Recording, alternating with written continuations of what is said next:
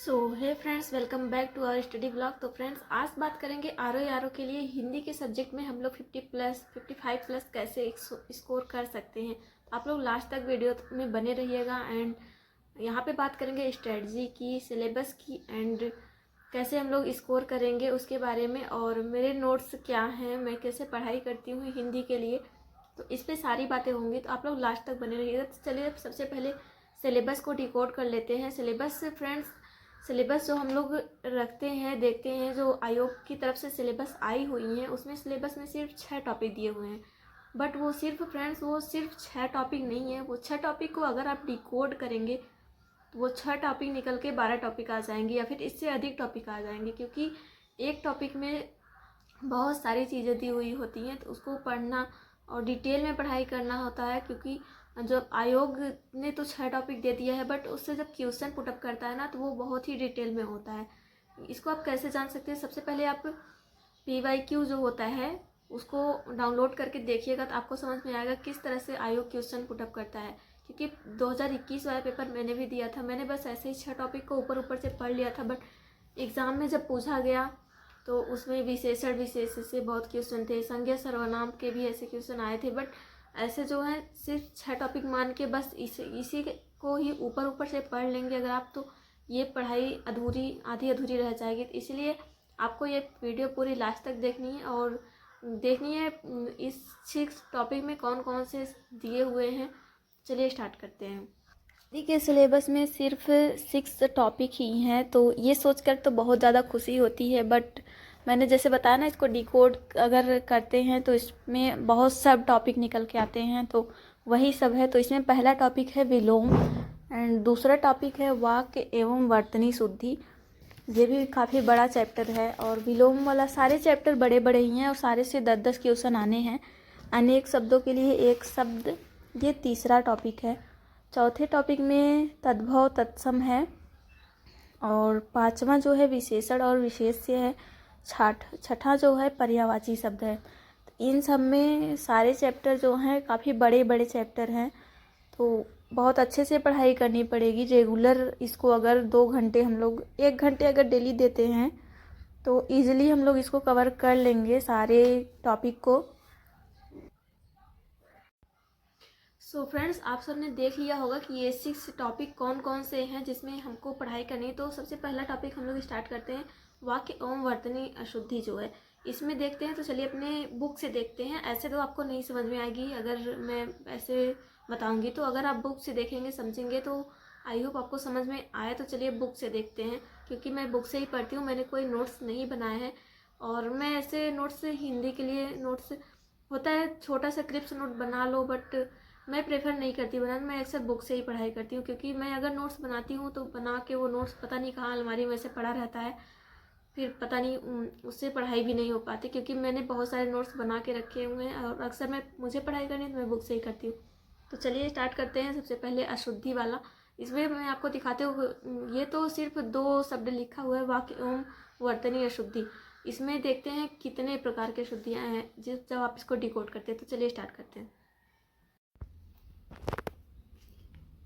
So friends, ये है अशुद्धि वाला चैप्टर, अशुद्धि संशोधन। तो किस तरह से, सबसे पहला इसमें दिया हुआ है कारक अशुद्धि, जिसमें कारक से संबंधित जो होता है ना, कर्ता ने कर्म को क्रिया से करण द्वारा, इसमें इस प्रकार की कारक से संबंधित अशुद्धियाँ। जब तक आपको कारक पता नहीं होंगे हिंदी में कितने कारक होते हैं, और कारक का चिन्ह कौन सा होता है, तब तक आप सही नहीं कर पाएंगे। तो इसमें देखिए ये अशुद्ध है, पिताजी मुझे कुछ रुपए दिए, और शुद्ध है पिताजी ने मुझे कुछ रुपए दिए। क्योंकि अक्सर क्या होता है ना, हम लोग हमारी लोकल लैंग्वेज में हम लोग ऐसे कुछ शब्द ऐसे बोलते हैं, तो हमें वही लगता है कि हाँ एग्ज़ाम में यही सही है, बट एग्ज़ाम में वो सही नहीं होता है। और आयोग भी यही हमसे पूछता है कि आपको कितना पता है, कितना नॉलेज है, आप किस तरह से कर लेंगे। इसी तरह से ये तो हो गया कारक अशुद्धि। इसके बाद आता है वर्ण और मात्रा संबंधी अशुद्धि। कहीं कहीं पे न और आड़ा जो है, इसके स्थान पे इस बदल देते हैं और हमारा गलत हो जाता है। तो इस तरह से ये आप लोग देख सकते हैं। इसके बाद ये और श वाला है, ये श और श संबंधी अशुद्धि है। इसमें री, ये वाला री और ये वाला री, कभी कभी हम लोग स्टार्टिंग में जब ऋग्वेद लिखते थे तो हम लोग को पता नहीं था ऋग्वेद में ये वाला री होता है। आई होप, मुझे पता है स्टार्टिंग में जिसने ऋग्वेद कभी ना देखा होगा ना पढ़ा होगा, सब ने यही ऋग्वेद लिखा होगा।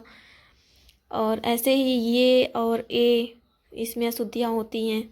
और अनुस्वार और चंद्र बिंदु संबंधी अशुद्धि होती है। ऐसे ही बहुत सारी अशुद्धियाँ फ्रेंड्स, स्वर और मात्रा पर अशुद्धि होती है। और अक्सर ये वाला क्वेश्चन मेरे से एक बार गलत हुआ था, इसलिए देखिए मैंने इसमें चिन्ह लगा के रखा हुआ है कि जब यूपी टेट का मैंने एग्ज़ाम दिया था 2021 वाला, तब ये वाला दिया हुआ था बट मेरा गलत हो गया था। तब मैं वापस आई थी एग्ज़ाम देके तो मैंने इसको देखा था। और अक्सर ये रचयिता वाला हमेशा पूछा जाता है, हर एग्ज़ाम में लगभग पूछा जाता है, तो रचयिता का हो गया। इसीलिए हिंदी को जब भी पढ़ो लिख लिख के पढ़ना चाहिए, सब कहते हैं। और इसी तरह से संज्ञा संबंधी अशुद्धि होती है, सर्वनाम संबंधी अशुद्धियाँ होती हैं। ऐसे बहुत सारी अशुद्धियाँ हैं friends. And so friends, I hope आपने देखा होगा कि एक ही टॉपिक में किस तरह से अगर उसको डिकोड किया जाए तो किस तरह से और बहुत सारे टॉपिक निकल के आते हैं। इसी तरह से हमको संज्ञा, सर्वनाम, विशेषण, विशेष से सब कुछ पढ़ना है। और विशेषण विशेषी वाला चैप्टर जो है ये भी थोड़ा सा लॉन्ग है। और जब तक आपको संज्ञा क्या होता है, सर्वनाम क्या होता है, ये सब नहीं पता होगा, आप हिंदी के क्वेश्चन सही नहीं कर सकते हो। इसीलिए सबसे पहले आपको ये तो 6 टॉपिक दिया हुआ है, इसके अलावा भी आपको और सब टॉपिक्स जो हैं उसको पढ़ने पड़ेंगे। और जब तक संज्ञा, सर्वनाम ऐसे छोटे छोटे टॉपिक आपको क्लियर नहीं होंगे तब तक ये 6 टॉपिक आपको समझ में नहीं आएंगे। आई नो कि इसमें कुछ चैप्टर ऐसे हैं जो बहुत ही ज़्यादा इजी हैं और इजीली कर ले जाते हैं सब लोग, जैसे विलोम हो गया, अनेक शब्दों के लिए एक शब्द वाला भी इजी ही होता है। तत्भव तत्सम जो बार बार प्रैक्टिस करता है उसका ये भी सही हो जाता है। एंड विशेषण विशेष से भी इजी ही चैप्टर है, बस इसको क्या होता है जितना बार हम प्रैक्टिस करते हैं, जैसे मैथ होता है ना, मैथमेटिक्स बाय प्रैक्टिस, ऐसे हिंदी भी है, जितना आप प्रैक्टिस करेंगे कोई भी सब्जेक्ट उतना वो स्ट्रांग होता जाता है। तो इसमें सबसे ज़्यादा डिफ़िकल्ट सब्जेक्ट मुझे पर्यायवाची लग रहा है, टॉपिक ये जो है पर्यायवाची का, क्योंकि पर्यायवाची मुझे बहुत ज़्यादा टफ लगता है। एक तो हिंदी में पर्यायवाची हो गया और एक अनेक शब्द जो होता है वो वाला शब्द, एक शब्दों के लिए अनेक शब्द नहीं, अनेक शब्दों के लिए एक शब्द नहीं, ये जो होता है अनेक शब्द वाला जो चैप्टर है, एक ही चीज़ के लिए बहुत सारे नाम होते हैं, ये वाला वो भी पर्यायवाची के जैसा ही होता है बट पर्यायवाची नहीं होता है। तो फ्रेंड्स, आई होप करती हूँ आपको ये पूरी तरह से समझ में आ गया होगा कि किस तरह से हिंदी को हमको पढ़ना है। ऊपर ऊपर से नहीं पढ़ना है, इसके डिफ़िकल्ट लेवल में जाके पढ़ना है। और फ्रेंड्स, इसके PYQ अगर आप जब देखेंगे ना तब आपको समझ में आएगा। और पिछले 10 साल के PYQ या 8 साल के PYQ आप देख सकते हो जाके। और फ्रेंड्स, कुछ लोग होते हैं ना, जैसे जो प्रैक्टिस सेट होता है वही ला के देखने लगते हैं, तो प्रैक्टिस सेट जो होता है और PYQ जो होता है वो अलग अलग होता है, आप इसको मिक्स ना करें।